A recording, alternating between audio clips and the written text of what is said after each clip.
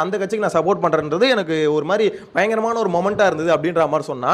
So இதை பார்க்கும்போது ஒருத்தர் 2 பேர் இல்லைங்க, நிறைய பேர். எனக்கு அதுதான் விஷயமா இருந்தது. டேய் என்னடா ரொம்ப அமைதியா இருக்க பசங்களாச்சடா, என்னடா திடீர்னு இப்படி கிளம்பிட்டீங்க அப்படின்ற மாதிரி தான் இருந்தது. ஸோ அந்த அளவுக்கு என்டிகேக்கு ஒரு பயங்கரமான ஆதரவு வந்திருக்கு. ஸோ இந்த அரசியல் களம் வந்து இந்த 2026 எலெக்ஷன்ல ஒரு பயங்கரமான ஒரு சேஞ்சை வந்து பார்க்க போகுது அப்படின்ற மாதிரி தோணுது. உண்மையில எனக்கும் கொஞ்சம் ஷாக்கிங்காக தான் இருக்கு.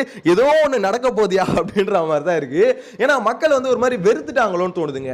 அதாவது எல்லாரும் 100% சொல்ல வரல, ஓகேங்களா? ஒவ்வொரு கட்சிக்கும் அவங்களுக்கான சப்போர்ட் எல்லாமே இருந்துகிட்டு தான் இருக்கு. ஆனா மக்கள் வந்து ஒரு மாதிரி வெறுத்துட்டாங்க. இலவசங்களை இப்ப எப்படின்னா ஏடிஎம்கே டிஎம்கே மட்டும் சொல்லும் போது பெருசா தெரிஞ்சிருக்காது. அடுத்தடுத்து வரவங்க எல்லாருமே என்ன இவரும் இலவசம் அவரும் இலவசம், என்ன இது இவ்வளவு இலவசங்களை கொடுத்துட்டு இருக்காங்க அப்படின்னு ஒரு விஷயம் பார்க்கும்போது மக்களுக்கு டேய் என்னடா நம்ம வரி பணம் தானே. ஏன்னா அந்த விழிப்புணர்வு வந்து பார்த்தீங்கன்னா சோஷியல் மீடியா மூலமா இப்போ வருது. இப்போ இது எல்லாமே இப்போ விஜய் சொல்றாருல, அந்த சிலிண்டர் தரேன், தங்கம் தரேன், அதே மாதிரி இவங்க வந்து பார்த்தீங்கன்னா 8000 கூப்பன் தரேன்,